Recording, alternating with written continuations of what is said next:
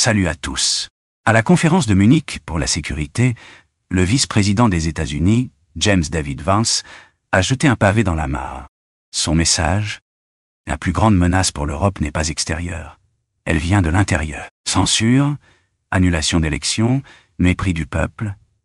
Il dénonce une élite qui réduit au silence toute voix dissidente au nom de la démocratie. Mais défendre la démocratie, c'est d'abord écouter son peuple. Autre sujet explosif, l'immigration de masse. Selon lui, l'Europe a laissé la situation lui échapper, ignorant la volonté de ses citoyens. Enfin, il pose la question essentielle. Que défend vraiment l'Europe ? Son avertissement est clair. Soit vous écoutez votre peuple, soit vous perdez votre démocratie. Un discours qui divise et fait réagir. Et vous, qu'en pensez-vous ? Dites-le en commentaire. Likez et abonnez-vous. Well, thank you, and thanks to all the gathered delegates and luminaries and media professionals, and thanks especially to the host of the Munich Security Conference for being able to put on such an incredible event. We're, of course, thrilled to be here. We're happy to be here. And, you know, one of the things that I wanted to talk about today is, of course, our shared values. And, you know, it's great to be back in Germany. As you heard earlier, I was here last year as United States Senator. I saw Foreign Secretary David Lammy and joked that both of us last year had different jobs than we have now. But now it's time for all of our countries, for all of us who have been fortunate enough to be given political power by our respective peoples to use it wisely to improve their lives. And I want to say that, you know, I was fortunate in my time here to spend some time outside the walls of this conference over the last 24 hours. And I've been so impressed by the hospitality of the people, even as, of course, as they're reeling from yesterday's horrendous attack. And the first time I was ever in Munich was with my wife, actually, who's here with me today, on a personal trip. And I've always loved the city of Munich, and I've always loved its people. And I just want to say that we're very moved, and our thoughts and prayers are with Munich and everybody affected by the evil inflicted on this beautiful community. We're thinking about you, we're praying for you, and we will certainly be rooting for you in the days and weeks to come. Now,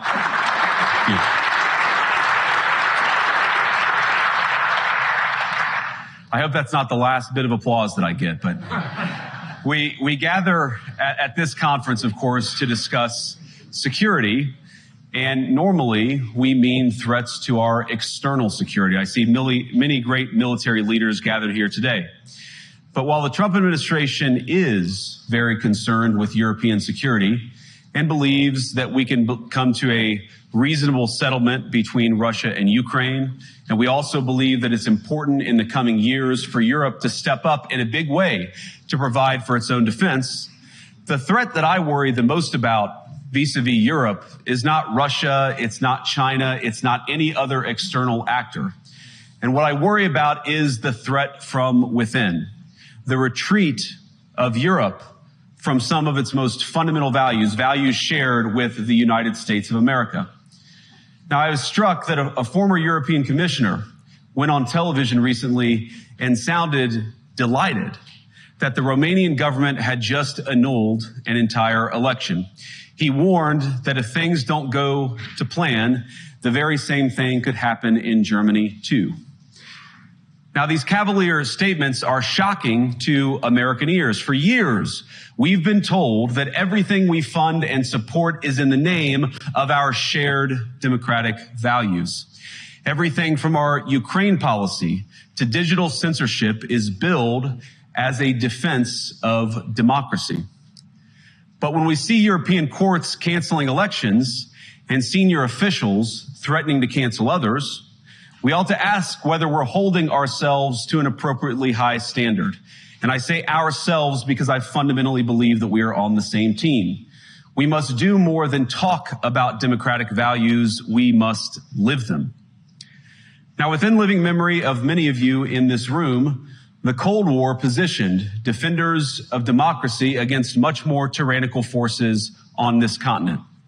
And consider the side in that fight that censored dissidents, that closed churches, that canceled elections. Were they the good guys? Certainly not. And thank God they lost the Cold War.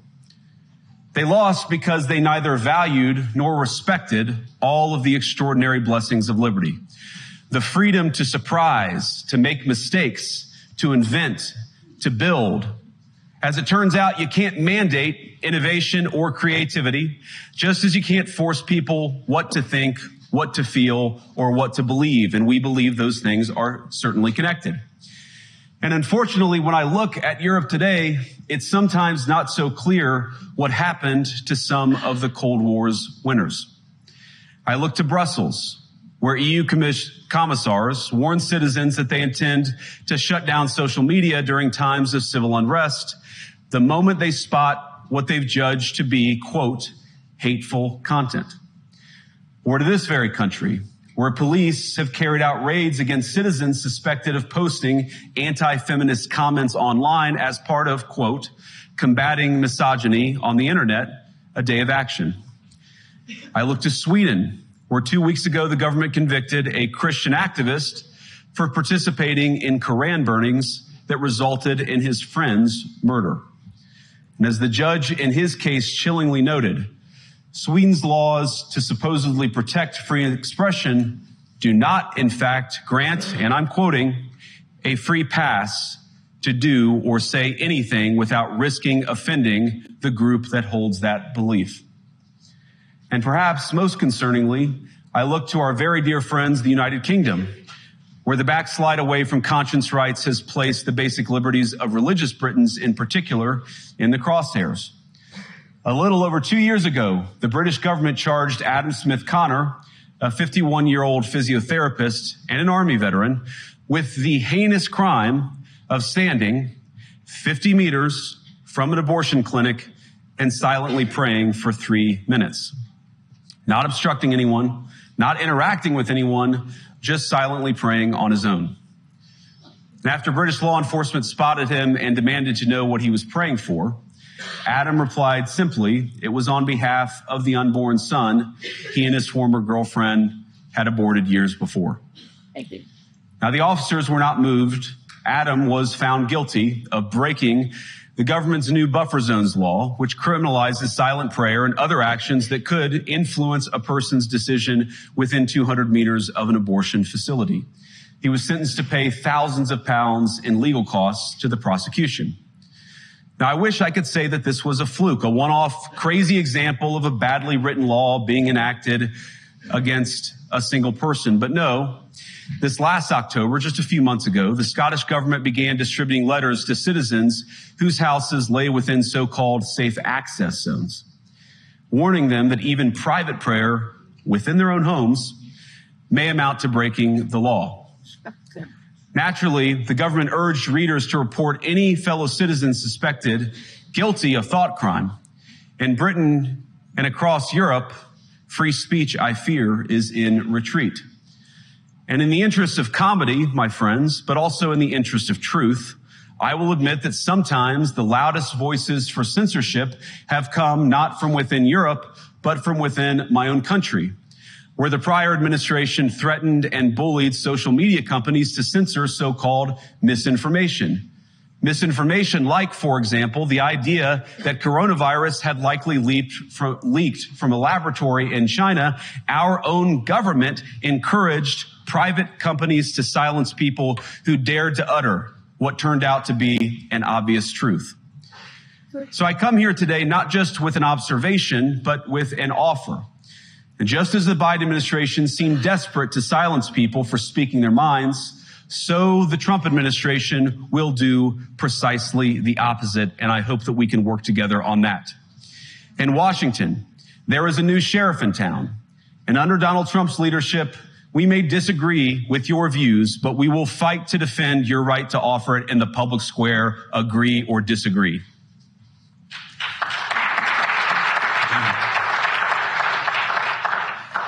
Now, we're at the point, of course, that the situation has gotten so bad that this December, Romania straight up canceled the results of a presidential election based on the flimsy suspicions of an intelligence agency and enormous pressure from its continental neighbors. Now, as I understand it, the argument was that Russian disinformation had infected the Romanian elections. But I'd ask my European friends to have some perspective. You can believe it's wrong for Russia to buy social media advertisements to influence your elections. We certainly do. You can condemn it on the world stage even. But if your democracy can be destroyed with a few $100,000 of digital advertising from a foreign country, then it wasn't very strong to begin with. Now, the good news is that I happen to think your democracies are substantially less brittle than many people apparently fear. And I really do believe that allowing our citizens to speak their mind will make them stronger still. Which, of course, brings us back to Munich, where the organizers of this very conference have banned lawmakers representing populist parties on both the left and the right from participating in these conversations. Now, again, we don't have to agree with everything or anything that people say. But when when political leaders represent an important constituency, it is incumbent upon us to at least participate in dialogue with them. Now, to many of us on the other side of the Atlantic, it looks more and more like old entrenched interests hiding behind ugly Soviet-era words like misinformation and disinformation, who simply don't like the idea that somebody with an alternative viewpoint might express a different opinion or, God forbid, vote a different way or, even worse, win an election. Now, this is a security conference, and I'm sure you all came here prepared to talk about how exactly you intend to increase defense spending over the next few years in line with some new target. And that's great, because as President Trump has made abundantly clear, he believes that our European friends must play a bigger role in the future of this continent. We don't think, you hear this term, burden sharing, but we think it's an important part of being in a shared alliance together that the Europeans step up while America focuses on areas of the world that are in great danger. But let me also ask you, how will you even begin to think through the kinds of budgeting questions if we don't know what it is that we are defending in the first place? I've heard a lot already in my conversations, and I've had many, many great conversations with many people gathered here in this room. I've heard a lot about what you need to defend yourselves from, and of course that's important. But what has seemed a little bit less clear to me, and certainly I think to many of the citizens of Europe, is what exactly it is that you're defending yourselves for. What is the positive vision that animates this shared security compact that we all believe is so important? And I believe deeply that there is no security if you are afraid of the voices, the opinions, and the conscience that guide your very own people. Europe faces many challenges, but the crisis this continent faces right now, the crisis I believe we all face together, is one of our own making. If you're running in fear of your own voters, there is nothing America can do for you. Nor, for that matter, is there anything that you can do for the American people who elected me and elected President Trump. You need democratic mandates to accomplish anything of value in the coming years. Have we learned nothing that thin mandates produce unstable results? But there is so much of value that can be accomplished with the kind of democratic mandate that I think will come from being more responsive to the voices of your citizens. If you're going to enjoy competitive economies, if you're going to enjoy affordable energy and secure supply chains, then you need mandates to govern, because you have to make difficult choices to enjoy all of these things. And of course, we know that very well in America. You cannot win a democratic mandate by censoring your opponents or putting them in jail, whether that's the leader of the opposition, a humble Christian praying in her own home, or a journalist trying to report the news. Nor can you win one by disregarding your basic electorate on questions like who gets to be a part of our shared society. And of all the pressing challenges that the nations represented here face, I believe there is nothing more urgent than mass migration. Today, almost 1 in 5 people living in this country moved here from abroad. That is, of course, an all-time high. It's a similar number, by the way, in the United States, also an all-time high. The number of immigrants who entered the EU from non-EU countries doubled between 2021 and 2022 alone. And of course, it's gotten much higher since. And we know the situation, it didn't materialize in a vacuum. It's the result of a series of conscious decisions made by politicians all over the continent and others across the world over the span of a decade. We saw the horrors wrought by these decisions yesterday in this very city. And of course, I can't bring it up again without thinking about the terrible victims who had a beautiful winter day in Munich ruined. Our thoughts and prayers are with them and will remain with them. But why did this happen in the first place? It's a terrible story, but it's one we've heard way too many times in Europe and unfortunately too many times in the United States as well. An asylum seeker, often a young man in his mid-20s, already known to police, rams a car into a crowd and shatters a community. How many times must we suffer these appalling setbacks before we change course and take our shared civilization in a new direction? No voter on this continent went to the ballot box to open the floodgates to millions of unvetted immigrants. But you know what they did vote for? In England, they voted for Brexit, and agree or disagree, they voted for it. And more all over Europe, they're voting for political leaders who promise to put an end to out-of-control migration. Now, I happen to agree with a lot of these concerns, but you don't have to agree with me. I just think that people care about their homes, they care about their dreams, they care about their safety and their capacity to provide for themselves and their children. And they're smart. I think this is one of the most important things I've learned in my brief time in politics. Contrary to what you might hear a couple mountains over in Davos, the citizens of all of our nations don't generally think of themselves as educated animals or as interchangeable cogs of a global economy. And it's hardly surprising that they don't want to be shuffled about or relentlessly ignored by their leaders. And it is the business of democracy to adjudicate these big questions at the ballot box. I believe that dismissing people, dismissing their concerns, or worse yet, shutting down media, shutting down elections, or shutting people out of the political process protects nothing. In fact, it is the most surefire way to destroy democracy. And speaking up and expressing opinions isn't election interference. Even when people express views outside your own country, and even when those people are very influential. And trust me, I say this with all humor, if American democracy can survive 10 years of Greta Thunberg's scolding, you guys can survive a few months of Elon Musk. Yes, sir. But what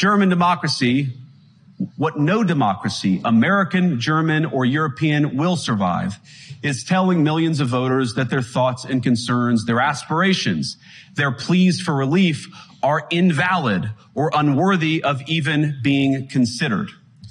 Democracy rests on the sacred principle that the voice of the people matters. There's no room for firewalls. You either uphold the principle or you don't. Europeans, the people, have a voice. European leaders have a choice. And my strong belief is that we do not need to be afraid of the future. You can embrace what your people tell you, even when it's surprising, even when you don't agree.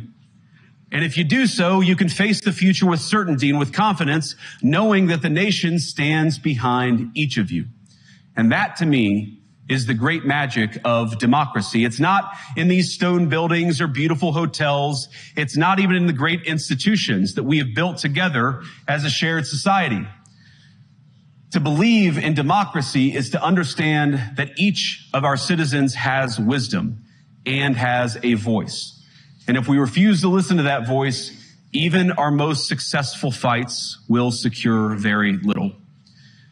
As Pope John Paul II, in my view, one of the most extraordinary champions of democracy on this continent or any other, once said, "Do not be afraid." We shouldn't be afraid of our people, even when they express views that disagree with their leadership. Thank you all. Good luck to all of you. God bless you.